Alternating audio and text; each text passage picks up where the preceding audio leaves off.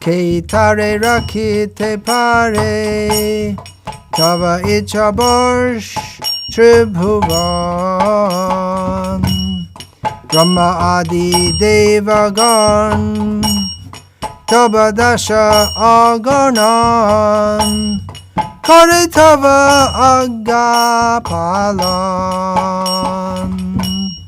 Tava icha mote joto, grahagana abirato,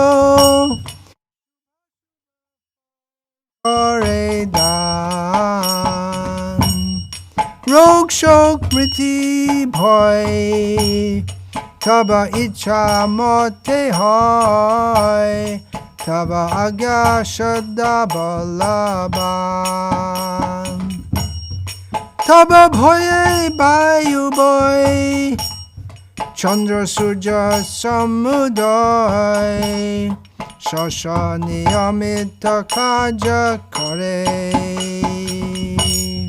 Tumito paramesha, parabrahma paratpa, tava dasha bhakata antare, tava basha bhakata antare.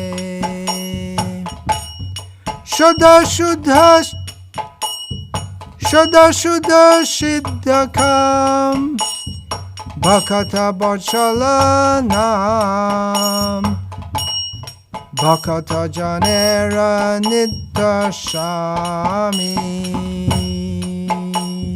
Tumi tora kibe jare, ketare marite pare, shakal bidhi bidhi tumi.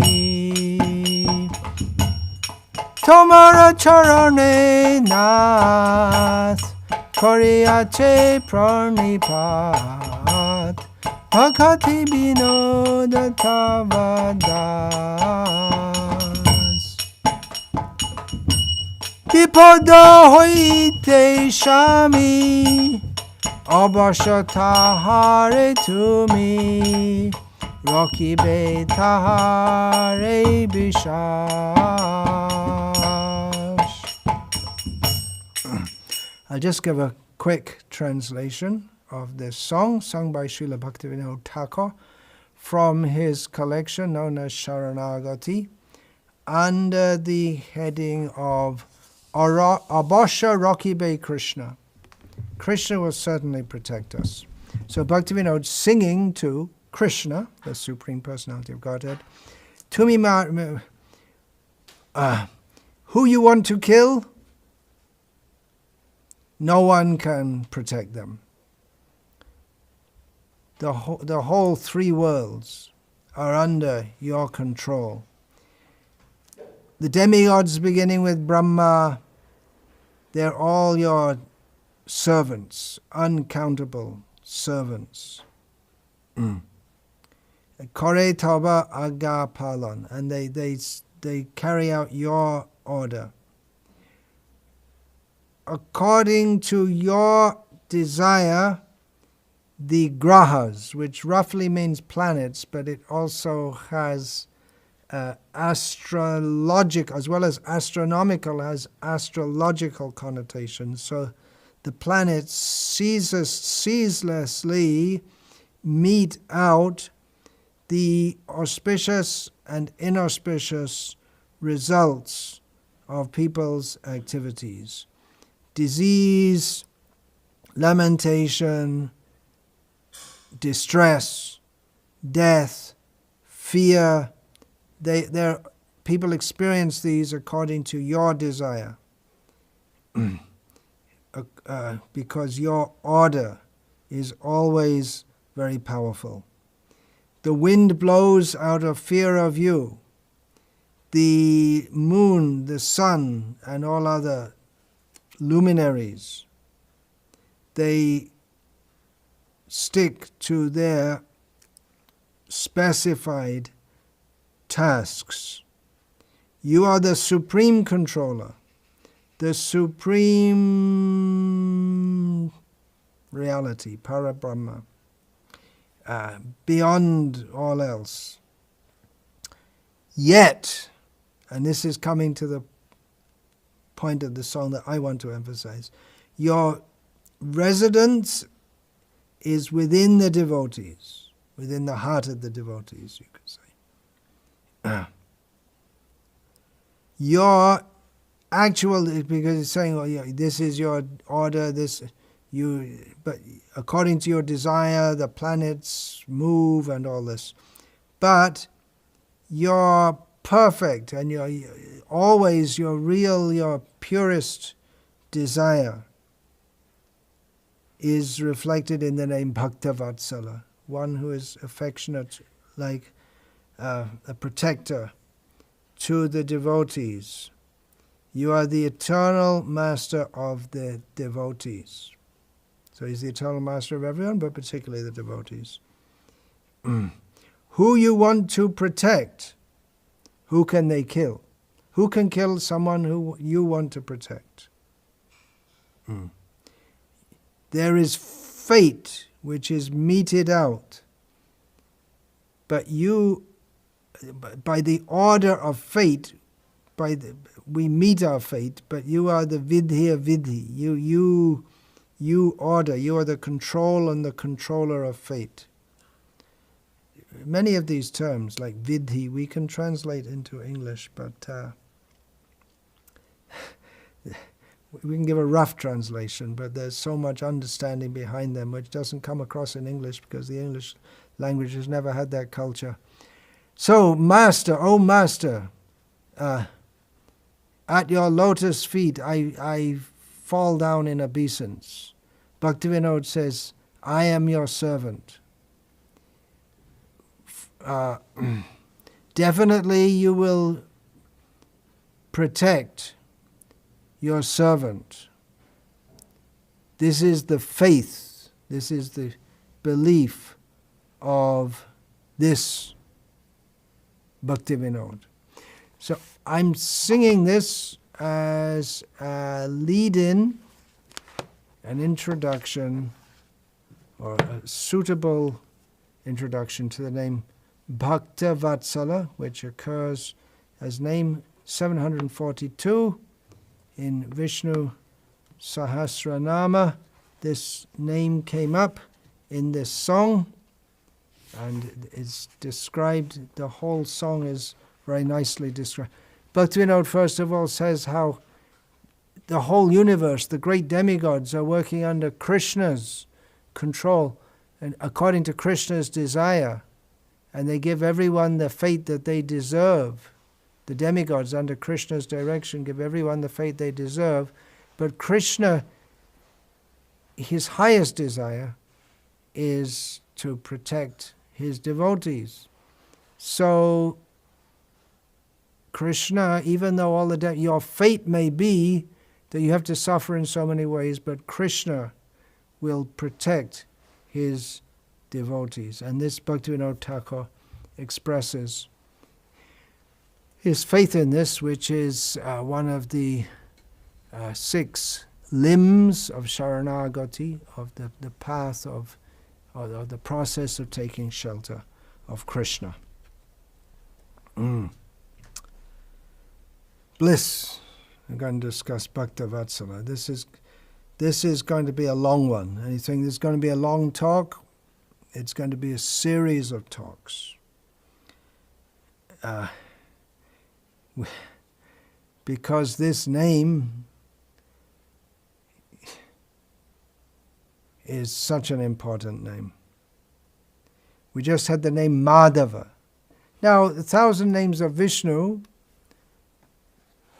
some names are more well-known, and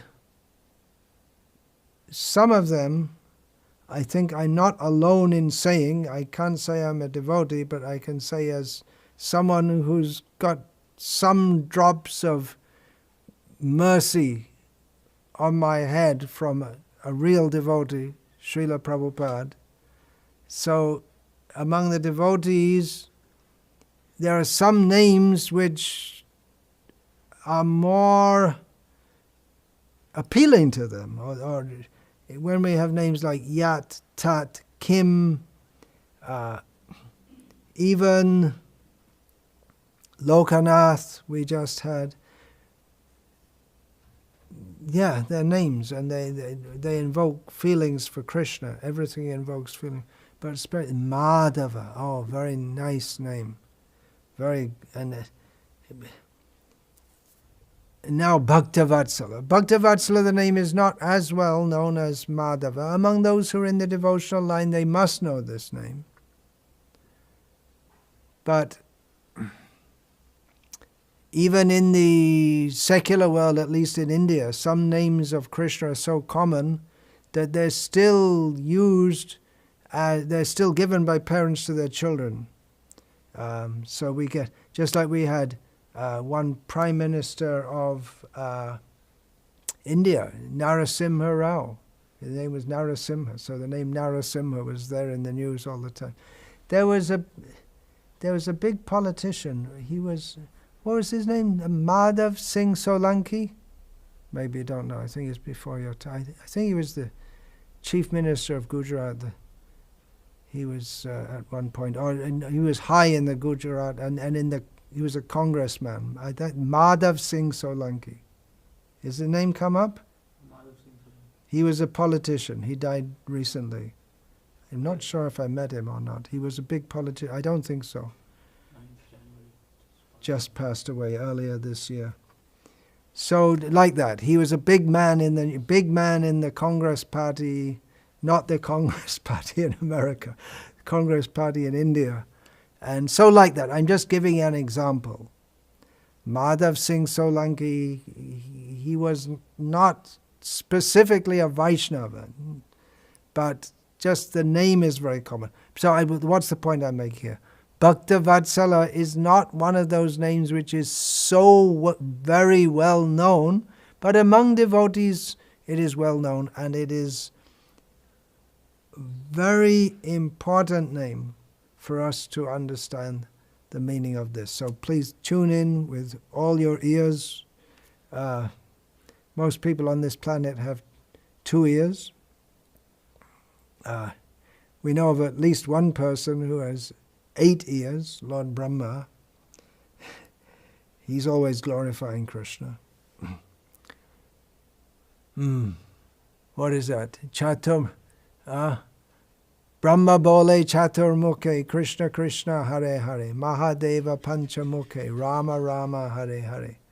With his 4 mouths, Lord Brahma is always chanting the names of Krishna. With his 5 mouths, Lord Shiva is always glorifying Lord Rama, saying his name. Rupa Goswami, he's talking about, he wants millions of mouths and millions of ears to relish that name Krishna. So let us relish this name according to our level. We're not on the level of Bhakti Vinod. Maybe. So Madhava, we just had the name Madhava. Madhava is a name very much loved. From the last description, we found how Sri Parashar Bhatta, he just, anyway, while he's composing his commentary on Vishnu Sahasranama, he's in complete bliss. But when he got to the name Madhava, he just comes, his bliss goes, woo, in overdrive. And he goes on praising Shri, Lakshmi, and then so many praise of Lakshmi, and says, and Madhava, he's great because he's connected with her. So it's a very blissful name. And now more bliss with the name Bhakta-vatsala, which is also very, very important for the Sri Vaishnava Sampradaya, because they emphasize this point so much in the Sri Vaishnava Sampradaya. Well, first of all, Bhakta-vatsala, what does it mean? Well, there are so many things to say. Where do we start? It means he's affectionate to his devotees. Exactly, we'll get more into that as we get into it. He loves Lakshmi. He's the husband of Lakshmi. He's a good husband. He loves his wife. It's not a loveless marriage. It's a very loving marriage. He is the father of all living beings. So she is the mother of all living beings. The mother especially is very affectionate to the children. He is a very affectionate father, no doubt. But her affection, and if you don't believe me, go and ask the Sri Vaishnavas, her affection is more, so her quality of being so compassionate to his devotees that he gets a boost from her. Actually, not just that, he loves all living beings. The term bhakta is derived from the root bhaja, which means to serve, to honor, to praise. And vatsala is derived from the word vatsa, which means a calf. So the idea is that Krishna is just like a cowherd boy. He is a cowherd boy. He's not just like a cowherd boy. Krishna loves the cow. Actually, the example is given. It's just like a cow loves a calf. Oh, you may not see in the countries where cows are confined in prisons and tortured for no crime of their own. And calves, if they're male, are slaughtered. Very demoniac civilization. They call it civilization. Hare Krishna. But at least here in India, up to the present day, we see the cows with the calves, and it's such an affection. So that is a reflection of Krishna's affection for his devotees, and actually for all living beings. Krishna is very... We have the name here Bhakta-vatsala, but prior to this, we had the name Vatsala, which means he's affectionate to all living beings. Just in the previous verse, in this verse, we had the name Lokabandhu, the friend of everyone, the friend of all the worlds. He's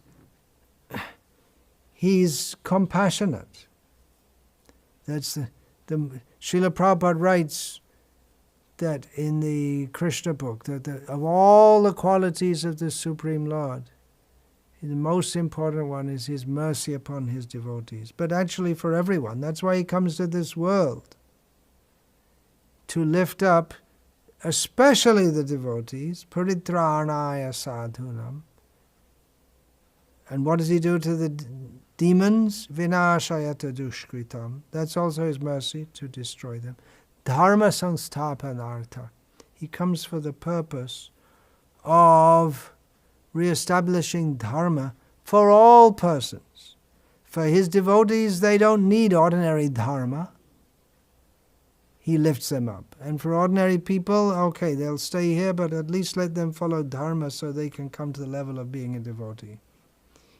In Ramayana, the description of Lord Rama, Vyasaneshu manushyanam brishang bhavati dukitaha.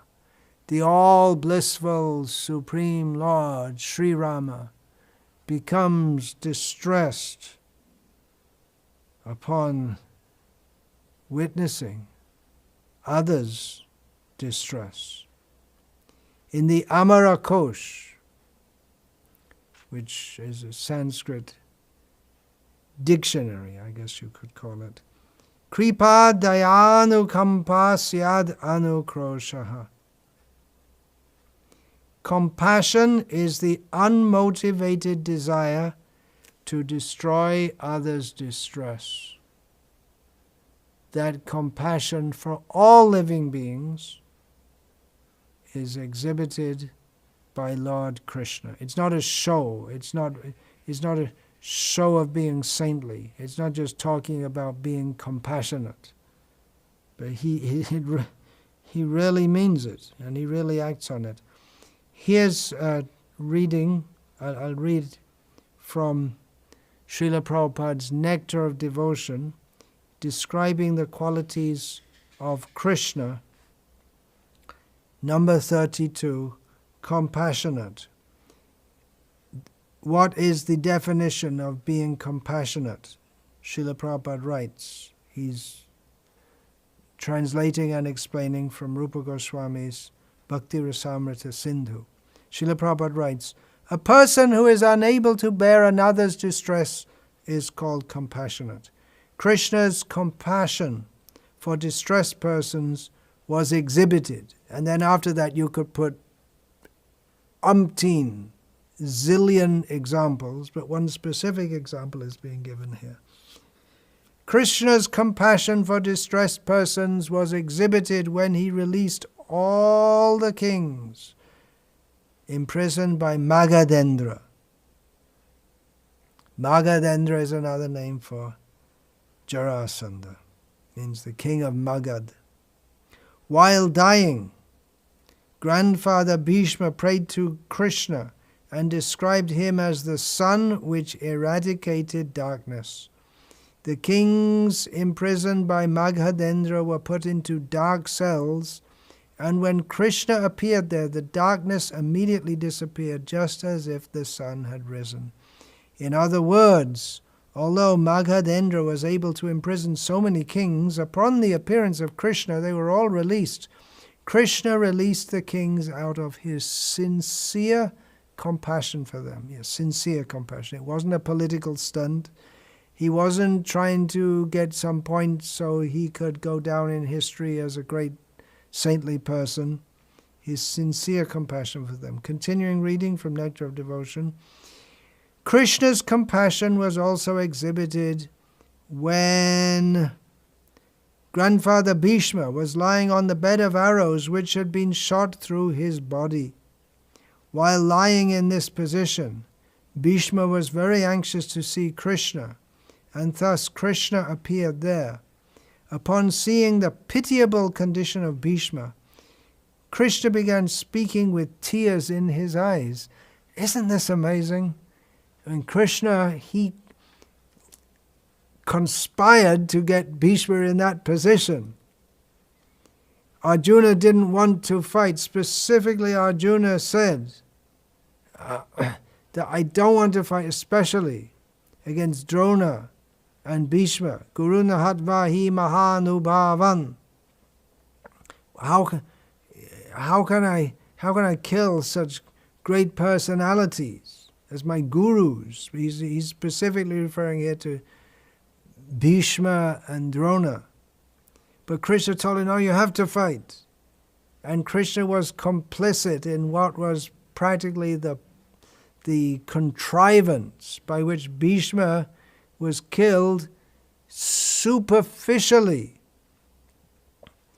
by what's her name? I just don't remember the name now. I won't get it if I try to remember. But it was actually Arjuna was doing it. But he didn't die because Bhishma he'll die when he wants. But he's lying on the bed of arrows. So Krishna's very Krishna did it as a political necessity to kill Bhishma. But he loves Bhishma, and Bhishma knows that. And Bhishma also tried to put Krishna down. It's politics, it's Kshatriya stuff. By he breaking Krishna's promise. He was either going to kill Arjuna or have Krishna break his promise. And he knew that Krishna would never allow Arjuna to be killed. So Bhishma was going to humiliate Krishna. That is the Kshatriya's business. No mercy in fighting. But that humiliating Krishna, that became the great glory of Krishna. Bhakta-vatsala. he will protect his devotee, even by breaking his own promise.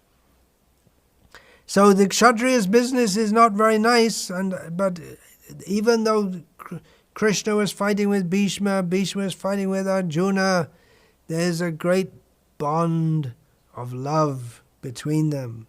So when Krishna came and saw Bhishma in that condition, on the bed of arrows, I'll continue reading this, Krishna began speaking with tears in his eyes. Not only was he shedding tears, but he also forgot himself in his compassion. Strong men don't cry. That's one of the first things I learned as a kid, in your enculturation as a kid, growing up in Britain, where you have to learn to be tough and look after yourself. It's a very different. When I came to Bengal, I saw it's a very different culture, this individualism. But especially, my mother used to tell me that big boys don't cry. I guess she got fed up of me crying. Big boys don't cry. Okay, I got to be a big boy and don't cry. Kshatriyas, they're tough people. Bhishma, dearly beloved, kill him. No tears. But then the battle's over. Almost. Duryodhana was still to be killed. But Krishna was shedding tears. He forgot himself. Now I'm not the tough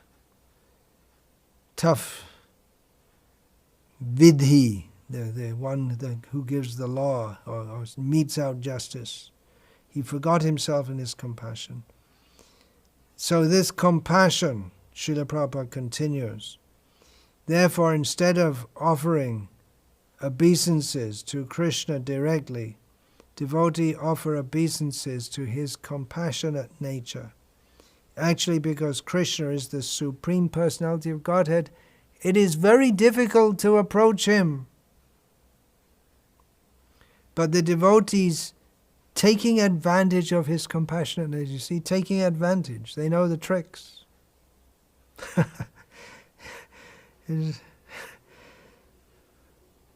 I know the trick. Krishna, how can I approach Krishna? You know the trick? Okay, here's the trick. What do? Jai Radhe, taking advantage of his compassionate nature, which is represented by Radharani.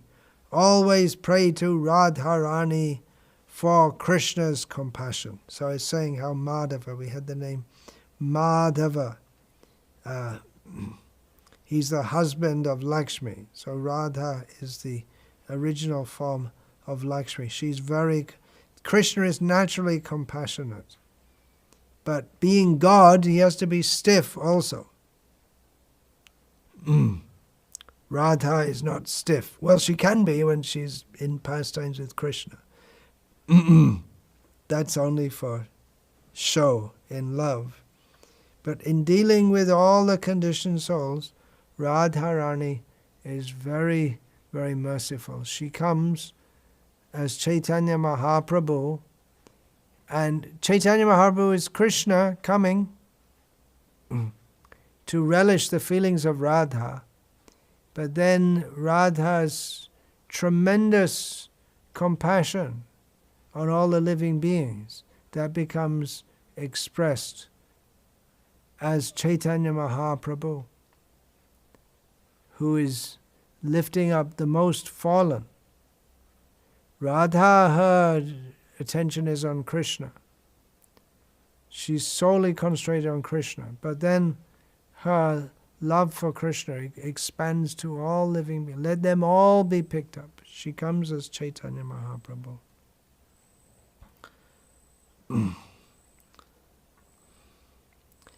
Now, before considering Bhakta-vatsala, how he's so kind to his devotees, and we are especially considering his immense compassion, protection for his devotees. Let's just go back and consider his vatsalya, his compassion and love for all living beings.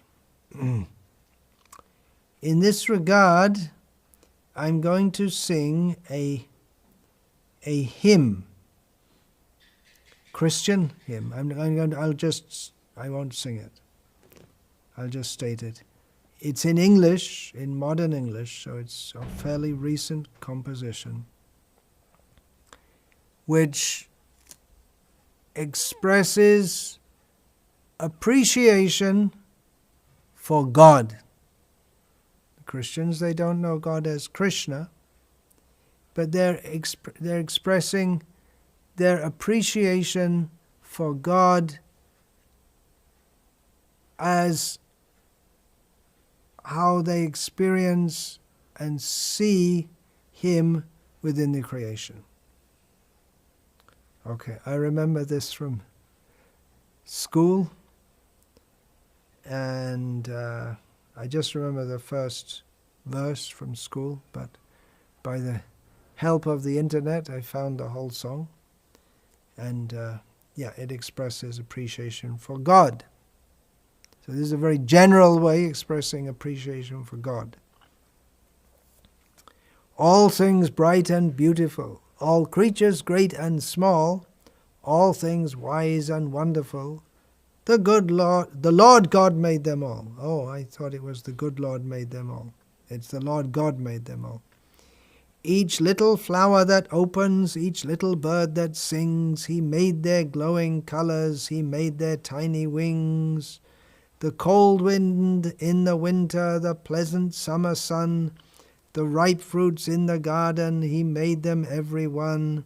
He gave us eyes to see them and lips that we might tell how great is God Almighty, who has made all things well. Oh, mosquitoes biting. Wait a minute, God made the mosquitoes too.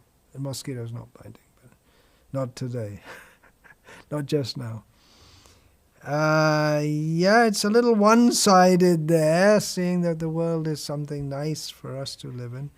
I was on a train once going from Bombay to Gujarat, and there was a Christian nun. There are plenty of them in India. Christian nun also. And she was preaching to me. I guess she wanted to convert me into a Christian. And there was a young girl there also. And I didn't bother too much. I let her talk her appreciation of God. I didn't argue with her much. And then one thing she said, you see, and then she brought out her sandwiches, some meat sandwiches. You see, He's given us so much nice food we can eat. And she's eating her meat sandwich. And she was preaching to the young Gujarati girl sitting next to her, who just listened submissively. And I thought maybe she's making some headway, but then the girl, as she left the train, she left at a station earlier to my leaving, she said to me, Jai Shri Krishna. She didn't want to argue with the elderly nun. Anyway, the point is they're appreciating God in the creation, but it may be somewhat misplaced, like they say, God has given us so many nice things to eat, as she eats her meat sandwich. But the idea God made all the animals for us to kill them and eat them. Some idea of God is there, but it's the idea that the world is there for us to live and enjoy it and exploit it. It's somewhat misrepresentation. But it is, we have in Bhagavad Gita also that God gives us everything in this world so that we can live somewhat happily. We don't have to increase our distress by living sinfully and getting reactions for that, causing suffering to others.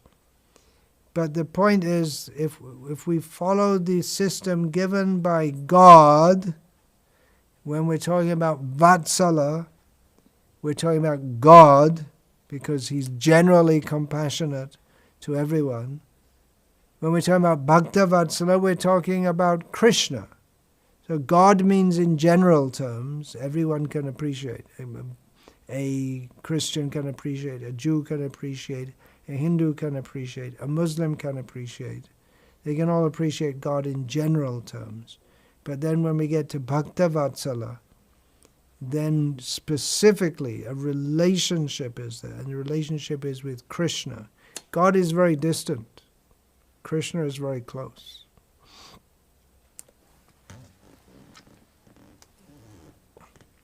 So Krishna says in Bhagavad Gita, Sahayagya praja shishtva purovacha prajapatihi anena prasavishyadvam eshavo svishta kamaduk. In the beginning of creation, the Lord of all creatures sent forth generations of men and demigods with sacrifices for Vishnu, and blessed them by saying, Be thou happy by this yajna, sacrifice, because its performance will bestow upon you everything desirable for living happily and achieving liberation. So, yes, it's an appreciation of God, Vishnu. It's a very general way, appreciating Vishnu, generally appreciating him as God. This is not the love of that devotees cultivate for Narayana or Krishna, but Vishnu in a general way. God, he's giving us what we need in this world, but there's a process. We have to satisfy him and we have to satisfy the demigods by performing sacrifice, and in this way the demigods, they will give what is required. And the idea is that we live peacefully in this world without too much unnecessary disturbance. By living a life according to the orders of God, we can live peacefully and go on to as Srila Prabhupada works into the translation here, we can go on to achieve liberation from this world. Unfortunately, we take it that his kindness is meant for us to enjoy here. As you get some idea in that song, all things bright and beautiful, that the world is here for us to enjoy, and that's God's grace. But that's a misunderstanding. It's not meant for our enjoyment. It's a prison house. We can be happy by serving Krishna in this world, but we don't belong here. We belong in the spiritual world. Now, to describe this name Vatsala, I'm going to read several quotes from Srila Prabhupada's books and from the BBT translation with commentary on Brihad Bhagavatamrita of Sanatana Goswami. BBT translation means basically Gopi Pranadana Prabhu. Translated Hridayananda Goswami, spruced up the English, and I'm not sure what he did, but he took the translation and he worked with that. He did a lot of work. And Dravida Prabhu was in the team also. So I'll quote from that. And this is how Krishna is very kind in lifting up people in this world toward the status of being a devotee. This is being Vatsala. And later in this talk, or series of talks, I'll go more into how particularly he's Bhakta-vatsala. First of all, I'll read from Bhagavatam, 5th canto, chapter 19, text 27, a verse which is translated or given in Chaitanya Charitamrita also. Satyang dishatyartitam artito nirnam naivartado yat puna artita yataha svayang vidate bhajatang anichatam Ichapidhanam Nijapada Pallavam. This verse is practically a commentary or an extension on the verse in Bhagavad Gita, Chatur Vidha Bhajante Mang Jana Sukritin Arjuna arto jignasur artarti gyani cha bharatarshava. Krishna says 4 kinds of pious people worship me: the distressed, the desire of wealth, the inquisitive, and one who is in knowledge. So 2 of those categories in particular are materialistic devotees, the distressed and the desirer of wealth. And the jignasu, one who is inquisitive, this doesn't mean inquisitive on the level of Brahma jignasa.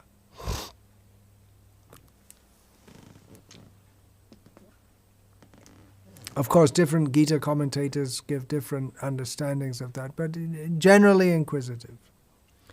So this verse, I'll read the translation that Srila Prabhupada gives. The Supreme Personality of Godhead fulfills the material desires of a devotee who approaches him with such motives, but he does not bestow benedictions upon the devotee that will cause him to demand more benedictions again. So, you want something? Okay, take it. You want something? No. He doesn't give a benediction in a way that will cause him to demand more benedictions again. Rather, the Lord willingly, however, Srila Prabhupada's translation, the Lord willingly gives the devotee shelter at his own lotus feet, even though such a person does not aspire for it, and that shelter satisfies all his desires. That is the Supreme Personality's special mercy. From Srila Prabhupada's purport, the devotees mentioned in the previous verse approach the Supreme Personality of Godhead with material motives, but this verse explains how such devotees are saved from those desires. Srimad Bhagavatam advises, Akama sarva kamo va moksha kama udaradhihi tivrena bhakti yogena yajeta purushang param. Whether one is freed from all material desires, is full of material desires, or desires to become one with the Supreme, he should engage in devotional service. End of translation of that verse. In this way, continuing reading of the purport, in this way not only will the devotee's desires will be fulfilled, but the day will come when he will have no other desire than to serve the lotus feet of the Lord. One who engages in the service of the Lord with some motive is called a sakam bhakta, and one who serves the Lord without any motives is called an akama bhakta. Krishna is so merciful that he turns a sakam bhakta into an akama bhakta. A pure devotee, an akama bhakta, who has no material motives, is satisfied simply to serve the lotus feet of the Lord. This is confirmed in Bhagavad Gita. Yang ladva chaparang labhang manyate nadikang tataha. If one engages in the service of the lotus feet of the Lord, he does not want anything more. This is the highest stage of devotional service. The Lord is so kind even to a sakama bhakta, a motivated devotee, that he satisfies his desires in such a way that one day he becomes an akama bhakta. Dhruva Maharaj, for example, became a bhakta with the motive of getting a better kingdom than that of his father, but finally he became an akama bhakta and said to the Lord, Svarmin kritartosmi varangnaya che. My dear Lord, I am very satisfied simply to serve your lotus feet. I do not want any material benefits. Sometimes it is found that a small child eats dirty things, but his parents take away the dirty things and offer him a sandesh or other sweetmeat. Think of Sachi with little Nimai. Back to the reading. The devotees who aspire for material benedictions are compared to such children. The Lord is so kind that he takes away their material desires and gives them the highest benediction. Therefore, even for material motives, one should not worship anyone other than the Supreme Personality of Godhead. One must fully engage himself in the devotional service of the Lord so that all his desires will be fulfilled, and at the end he can go home back to Godhead. This is explained in Chaitanya Charitamrita as follows. This is all from the purport on that verse in Bhagavatam. Anyakami. A devotee may desire something other than service to the lotus feet of the Lord, Jodi kare Krishna bhajan. But if he engages in Lord Krishna's service, Namagiteho Krishna tare dena svacharan. Krishna gives him shelter at his lotus feet, even though he does not aspire for it.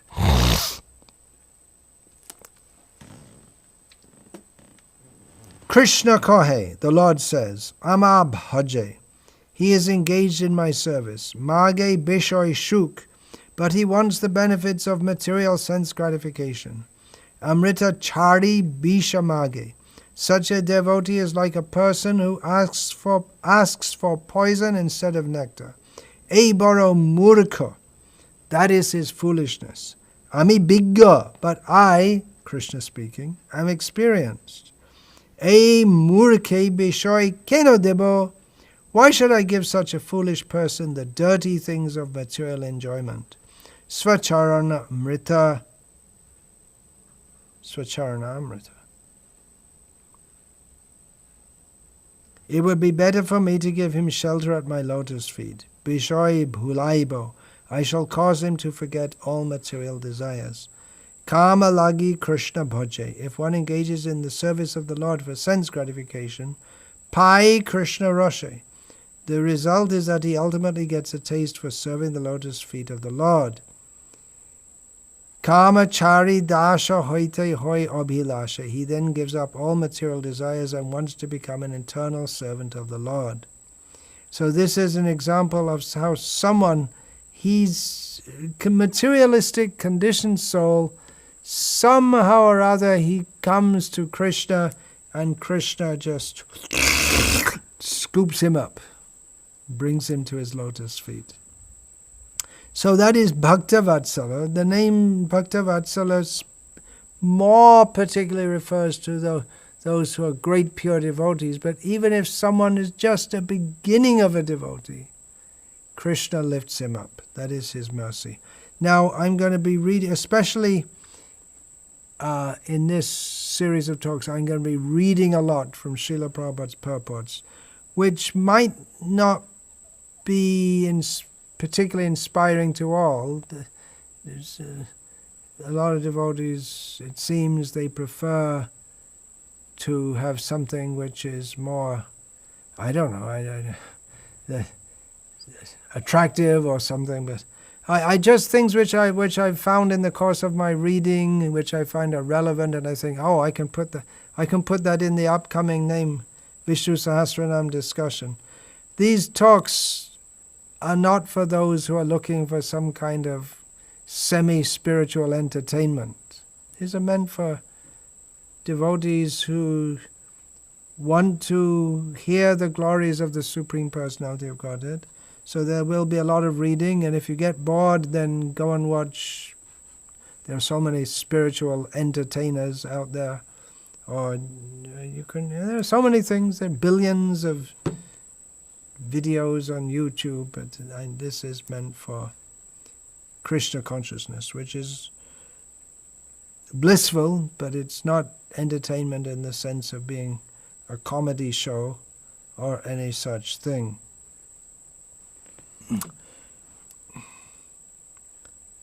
Okay. Well, that's all right. Let's read one more. It's so relishable. Okay, so the Lord is the well-wisher of all living beings. He's kind to all living beings. So we just read about someone who's not really a devotee, but Krishna says, okay, he's worshipping me. Okay, let's call him a devotee. Prabhupada was so much like that.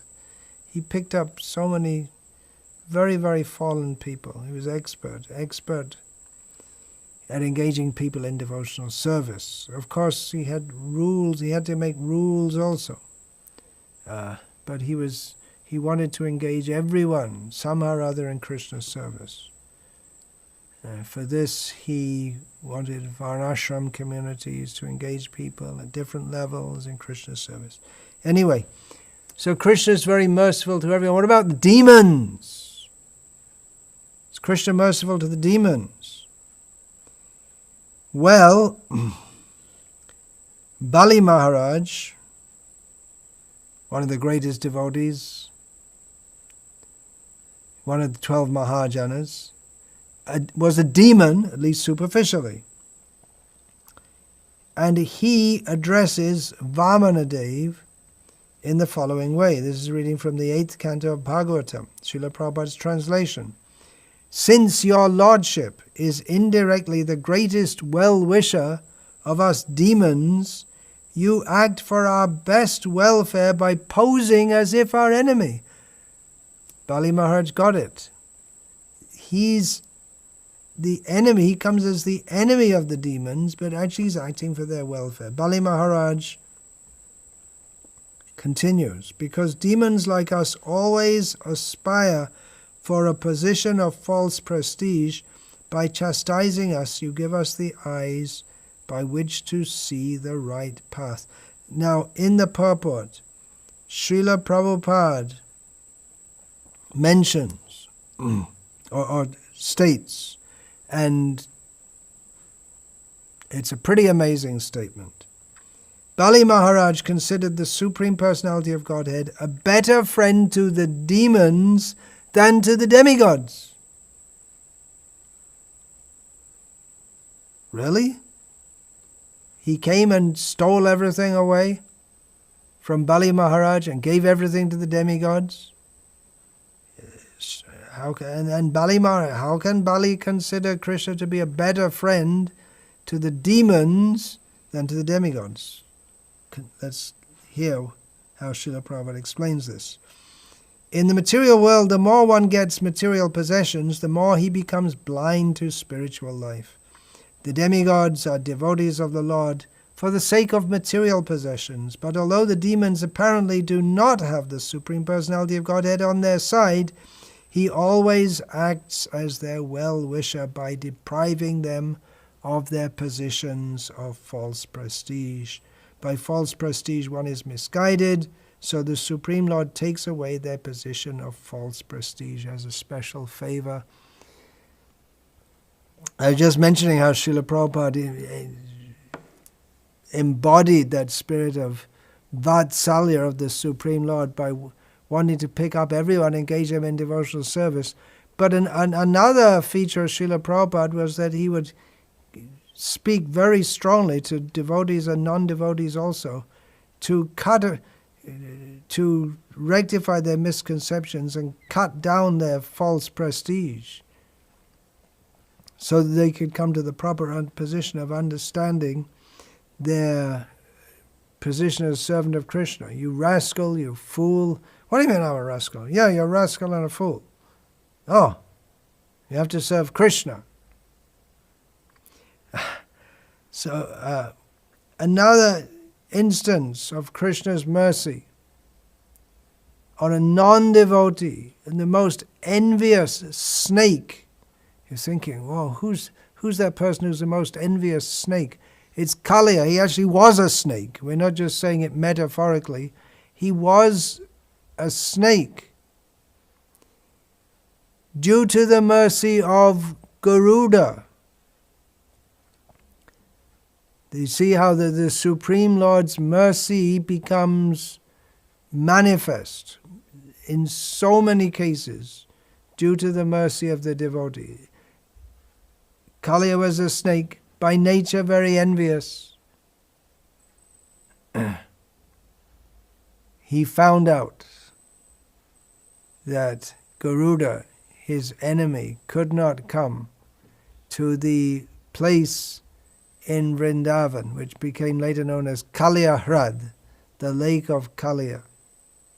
So he went there, he went to Vrindavan. Vrindavane jao.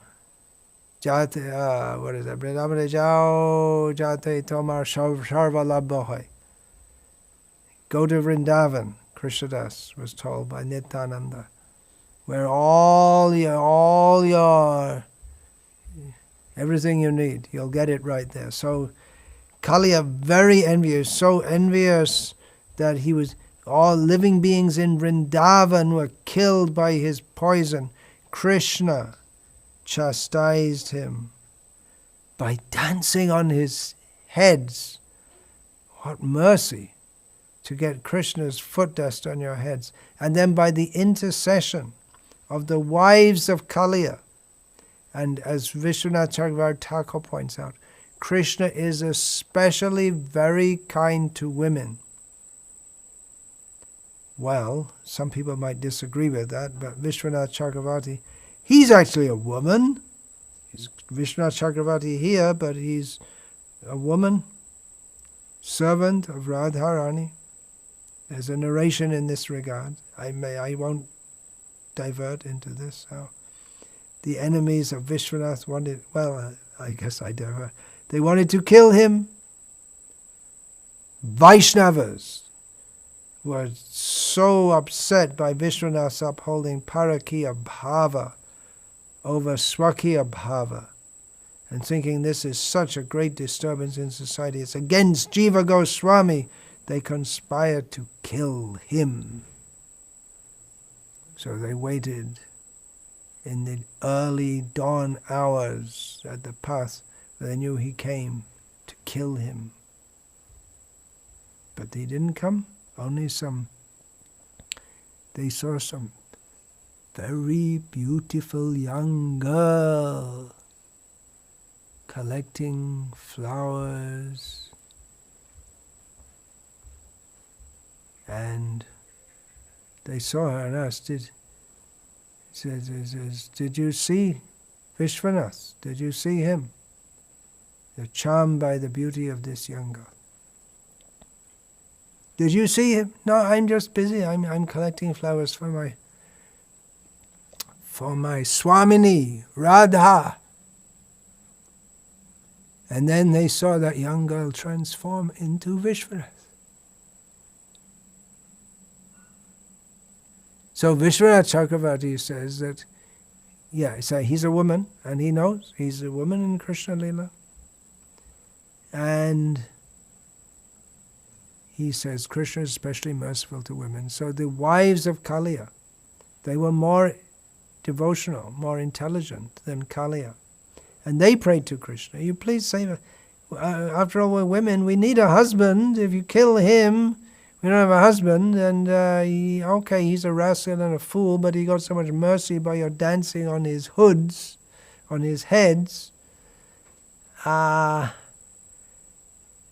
could you just don't dance anymore, because Krishna's dancing with all the gopis on their heads of Kaliya. That's a detail which didn't make it into the Bhagavatam. Not everyone saw that.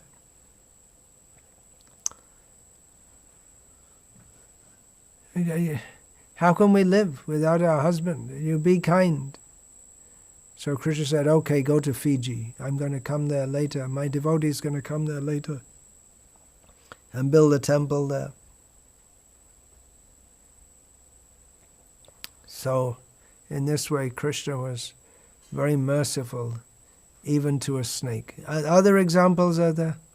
Krishna merciful to a snake. One snake was swallowing Nanda Maharaj, and it was at night, and no one could stop that. They got, there was logs from the fire. Must have winter time. Yeah, it was around the time of Shivratri. It would be very cold in North India at night, especially. So they took logs from the fire and it's burning sticks, and they were beating that snake.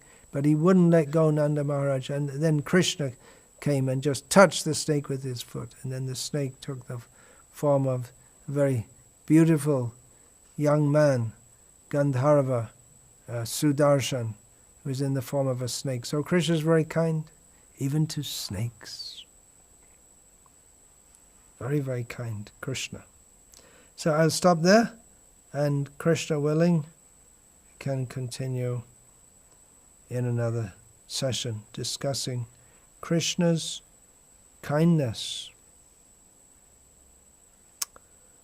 Vancha kalpatarubhyascha kripa sindhubhya evacha patitanam pavanebhyo vaishnavebhyo Namo Namaha Dante Nidhaya Charnakang Padaya Nipatya Kritva Chakakushatame Tadaham Bravime Hey Sadhava Sakala Eva Vihaya Durad Gauranga Chandra Charane Kuruta Nuraga Parivadatu Jano Yatatatava Nanu Mukarona Vayang Vicharayamaha Hari Rasa Madira Mata Hari Rasa Madira Madati Mata Bhuvi Vilutama Nartama Nirvishama